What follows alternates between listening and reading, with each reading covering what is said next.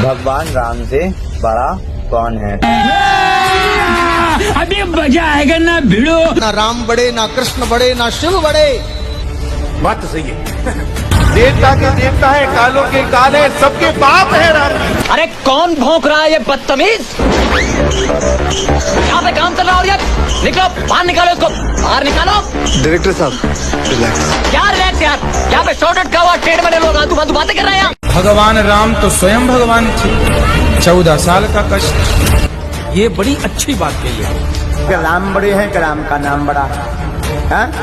यही छिपा था। भगवान राम से बड़ा कौन है?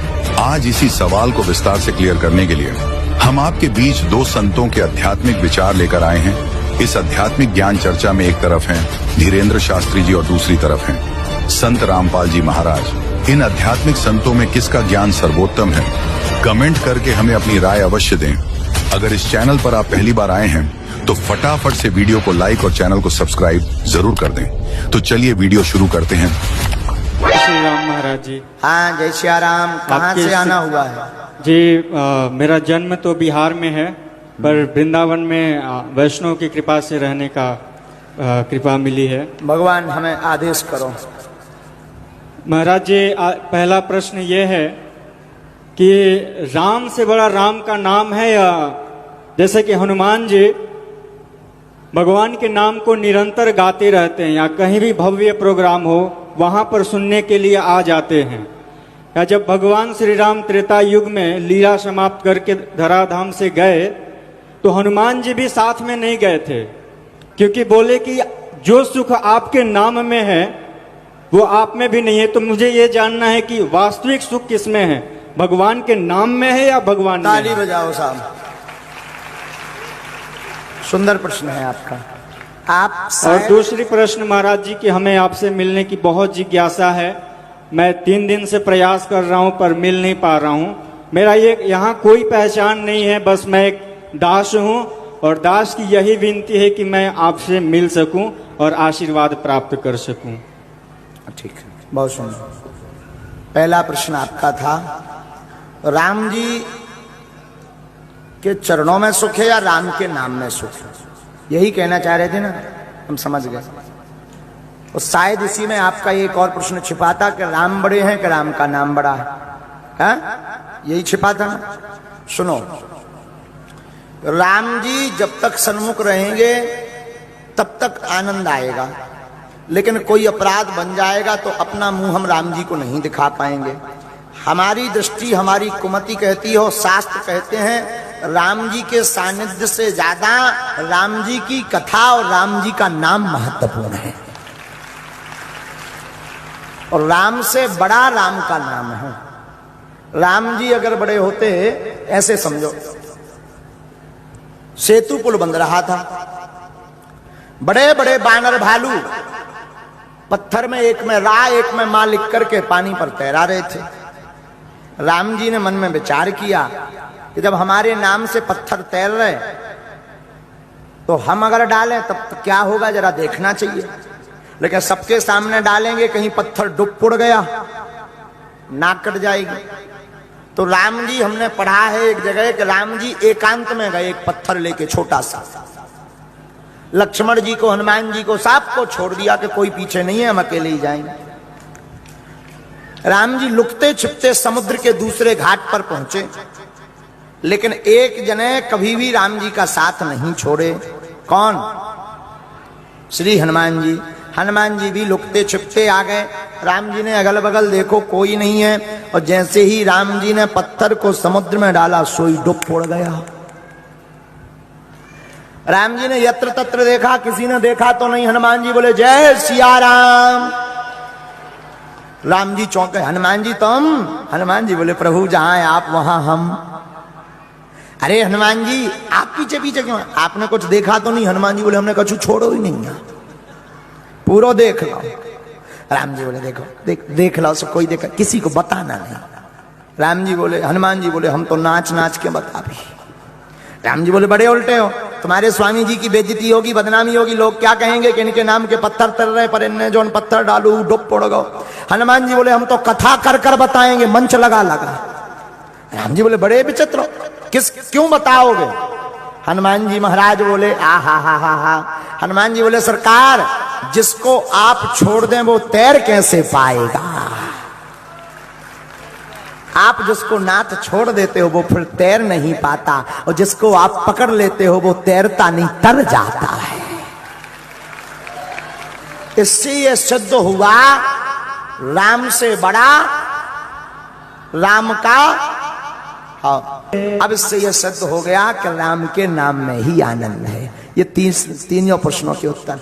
चौथा रई मिलने वाली, अब गड़बड़ वाली बात है, वह हमारे आउट ऑफ रेंज के बाद है, लेकिन आप आ जाना जहां हम निवास में हैं, हम राम राम कर। दोस्तों, अभी आपने सुने धीरेन्द्र शास्त्री जी के आध्यात्मिक विचार।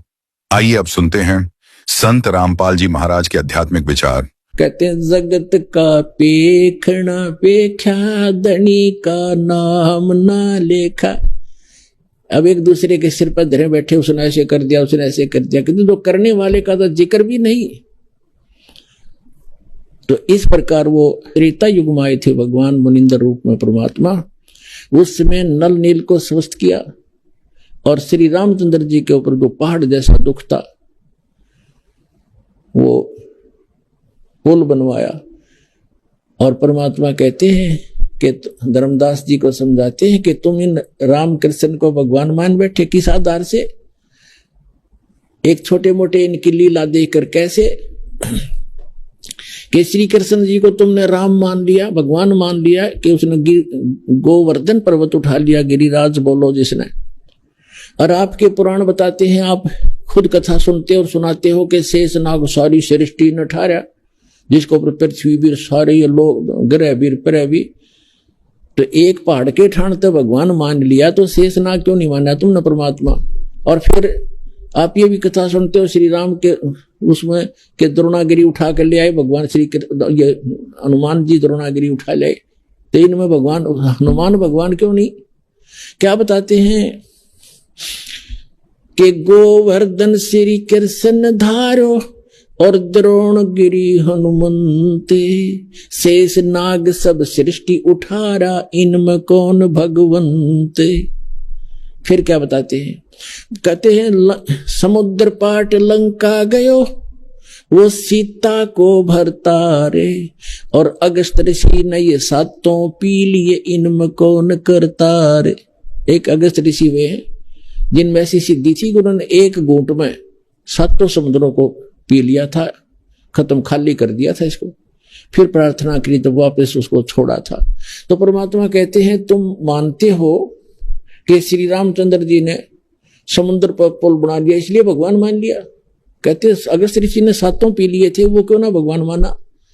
फिर कहते काटे बंधन विपत में, कठिन कियो संग्राम, चिन्हो रे नर प्राणिया, ये गरुड़ बड़ो के राम। ओए होए, कहते तुम्हारा भगवान श्री रामचंद्र जिसको तुम भगवान मानते हो, वो तो नागफास में आगे थे सारी सेना सब समेत, और गरुड़ ने आकर तुम्हारे भगवान का बंधन काटा था श्री राम का। तो गरुड़ बड़ा हुआ, तुम्हारा श्री राम बड़ा हुआ, कुछ तब जिद काम ले लो। भजन करो उस रब को जो दाता है कुल सबका, भजन करो उस रब को जो दाता है कुल सबका। वो है कबीर इज गॉड, धानक रूप रहा करतार, अनंत कोट ब्रह्मांड का, एक रति नहीं भार, और सतगुरु पुरुष कबीर है ये कुल के सत्यनार। हम सुल्तानी नानक तारे दादू को उपदेश दिया, जात जुलाहा भेद नहीं पाया, वो काशी माए कबीर हो। बोलो सतगुरुदेव। जैसा कि आप जी ने रामायण के अंदर सुना हुआ है, पढ़ा हुआ है बहुत सा, कि समुद्र के ऊपर पुल के बनाने का जो प्रकरण था हम बहुत प्रकार से सुना करते थे। कभी कोई कहता था श्री राम ने समुद्र पर पत्थर उतरा दिए, और कोई कहता था कि हनुमान जी ने उस पर राम नाम लिख दिया, पत्थर तैर गए। कोई कहता था नल नील के हाथों में एक ऐसी शक्ति थी, उनके हाथ से पत्थर डूबते नहीं थे, उससे तैरे। ये था खिचड़ी ज्ञान, इनकम्प्लीट नॉलेज। कहते हैं little knowledge is the dangerous thing. ये अधूरा ज्ञान था जिसका कोई सिर पैर नहीं था। अब उस नल नील ते तेरे या श्री राम से तेरे या हनुमान ने उस पर राम लिख दिया, उससे तेरे कोई एक फाइनल तो करो। अब ये फाइनल होगा जब लंका के ऊपर श्री रामचंद्र जी ने चढ़ाई करनी थी उस पर सीता को छुड़वाने के लिए, तो उसके सामने समस्या आई कि रास्ता नहीं समुद्र में, कैसे सेना को लेकर जाऊं। उस समय आपने भी सीरियल भी देखे होंगे, उसमें घुटने पानी में खड़ा होकर श्री राम जी ने 3 दिन प्रार्थना की समुद्र से कि मुझे रास्ता दे दे। जब नहीं रास्ता दिया समुद्र ने, कहते हैं लक्ष्मण से कहा था, लक्ष्मण मेरा अग्नि बाण दे, ये लातों के भूत बातों से नहीं मानते। अब जो ही उस तीर से समुद्र को फूकना चाहा अग्नि बाण से, उसी समय समुद्र विपर रूप धारण करके, ब्राह्मण रूप धारण करके बाहर आ गया और कहा प्रभु हे मालिक मुझे ना फूक, सारी पृथ्वी का बैलेंस बिगड़ जाएगा, इसमें ना जाने कितने जीव पनाह पा रहे हैं, शरण पा रहे हैं, वो सब नष्ट हो जाएंगे, आप आपके भागी बनोगे और फिर ये इतना गड्ढा बन जाएगा आप किसी प्रकार भी नहीं जा पाओगे। आप ऐसा काम करो सर्प भी मर जावे लाठी भी ना टूटे। श्री रामचंद्र जी ने कहा कि बोलो वो कौन सा तरीका बताइए। कि आपकी सेना में नल और नील नाम के 2 आपके सेना के अंदर हैं, शिल्पकार भी हैं, वो उनको उनके गुरुदेव से प्राप्त, उनके हाथ में एक शक्ति है, उनके हाथ से पत्थर भी नहीं डूबते, आप उनका सहयोग लीजिए। नल नील को बुलाया गया, नल नील से पूछा कि क्या तुम्हारे हाथ में ऐसी कोई करामात है। तो उस दिन वो फोड़ गए, अभिमान हो गया उनमें कि हाँ जी है, कि कुछ ट्राई करके दिखाओ भाई, ट्रायल दिखाओ। नल नील दोनों ने एक एक पत्थर उठाया रखा, दोनों डूब गए। फिर उठा के लाए, वो दोनों फिर डूब गए। अब वो असमंजस में पड़ गई, या क्या हुआ आज हमारे साथ। उनके मन में ये वहम हो गया, उनके अभिमान छा गया कि यदि हम कोई प्रार्थना अपने गुरु से करेंगे तो ये न सोचेंगे ये तो शक्ति कहीं और से लेते हैं, इनमें नहीं है। उसी में विपर रूपधारी समुद्र ने कहा कि नलनील तुमने गजब कर दिया, तुमने आज अपने गुरुदेव को याद नहीं किया, जिस करके तुमने हानि करी। याद करो उस परमपिता अपने गुरुदेव को, गुरु को याद करके कोई काम करना चाहिए, तब सफल होता है। नलनील भी समझ गए इस बात को। तो अपने आत्माओं परमात्मा कहते हैं कि जैसे माता गर्भ को रख है यतन बना, और ठेस लगे तो छन होए, तेरी ऐसे भक्ति जावे। जैसे किसी बहन को गर्भ होता रहता है और वही जानती है उसको कैसे प्रफुल्लित किया जाएगा। रात्रि के समय करवट लेती है तो भी डरती है कहीं दाब ना आ जा, मेरा लाल खराब हो जा। चलते फिरते भी बहुत सावधानी बरतती है, कहीं पैर ना ऊंचे नीचे में टिक जा और मेरा बच्चा गर्भ नाश हो जा। तो कहते हैं ये भक्ति जिस दिन आपको सत भक्ति सत्संग से, पूरे संत से मिलती है, ऐसे आपके अंदर एक भक्ति रूपी लाल आपकी आत्मा में शुरू हो जाता है बनना। और उसको ऐसा सावधानी से प्रफुल्लित करना पड़ेगा जैसे माता गर्भ को राख यत्न बना और ठेस लगे तो छन्न हो, तेरी ऐसे भक्ति जावे, नाश हो जाएगी भक्ति का। फिर रोती रह जाती वो बहन, उसका पेटा नहीं भरता, जिसका गर्भ नाश हो जाता है। फिर शुरुआत कभी हो ना हो। तो इसलिए पुण्यात्माओं, नलनील ने गलती करी, उसकी सजा तुरंत मिली। फिर उन्होंने भगवान परमात्मा को याद किया। रे नल नील यतन कर हार, तब सतगुरु से करी पुकार। रे नल नील यतन कर हार, तब सतगुरु से करी पुकार। जा सतरे खा लखी अपार, सिंधु पे चला तिराने वाले। जा सतरे खा लखी अपार, सिंधु पे सिला तिराने वाले। धन धन सतगुरु सत कबीर, भक्त की पीर मिटाने वाले। तो परमात्मा पहुंचे।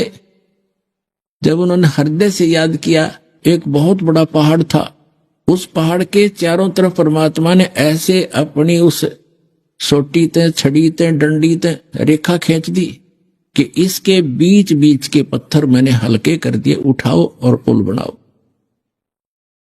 तब वो पत्थर तेरे थे भाइयों, अभी तक कोई का राम ने तार दिए, कोई का नल नील ने तरा दिए, कोई तो हनुमान ने राम का नाम लिख देता है।